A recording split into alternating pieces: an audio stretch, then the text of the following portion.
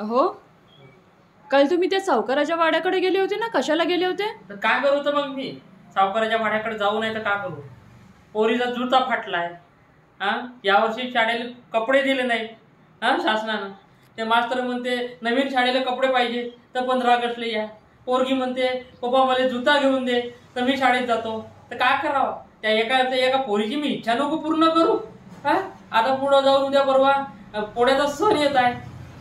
तर मग मी आता त्या माझ्यासाठी वर्षभर राबणाऱ्या त्या बैलाची मी पूजा नको करू, त्याचा सण नको साजरा करू? तर मला तो माफ करायला का पाहिजे? तूच सांग बरं.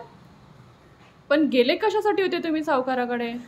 मी म्हणजे तो नाही का आपल्या शेतातला माल आहे ना, मी त्याच्याकडे गहाण ठेवायला गेलो होतो. कारण माझ्याकडे पैसे नाही. मग आता मी काय करणार? म्हणून मी त्याला सांगितलं माझं तू गहाण ठेवून दे आणि मला तू पैसे दे. मग त्यांनी दिले का पैसे?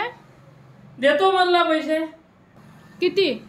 नाही दे, माझी गरज पूर्ण जेवढी भागते तेवढं देतो म्हणे. किती किती? राहू दे ना, किती तर जाऊ दे ना, आपल्या पोरीची गरज भागत आहे ना, तेवढं देत आहे पैसे ते. अरे पण किती पैसे देणार?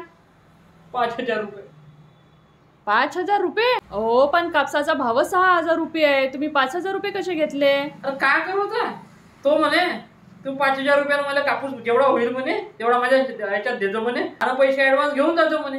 मग आता मला माझी थोडीशी गरज भागवायची आहे, थोडेसे पैसे त्यांना ऍडव्हान्स देऊन राहिला. आता त्याचे ऍडव्हान्स घेतो आणि त्याच्याकडे आता कापूस पिकल्यावर गाड्याला लावतो 5,000 रुपयाला. पण परवडते का? नाही परवडत. आता काय करावं? शेतकऱ्याची व्यथा कोणाला सांगावं? ते घर चालवावं का ते बैल आहेत त्याला सांभाळावं, त्यांचं खाणं खर्च कोण करावं, पोरापोरांच्या शिक्षणाचं कोण करावं? सरकार काय लक्ष देते? आज 2 महिने झाले शाळा होऊन, ना सरकार कपडे देत आहे, ना सरकार जुते देत आहे, ना काय देत आहे. काय ना आमच्या पोरांना तोंड दाखवायचं? हेच का आमची प्रगती? हाच का आमचा विकास? काहीतरी करावं लागेल. आपल्या देशात कोण नाही शेतकऱ्याचा. कोणीतरी गांभीर्याने लक्ष घालायला पाहिजे आणि व्यथा सांभाळायला पाहिजे.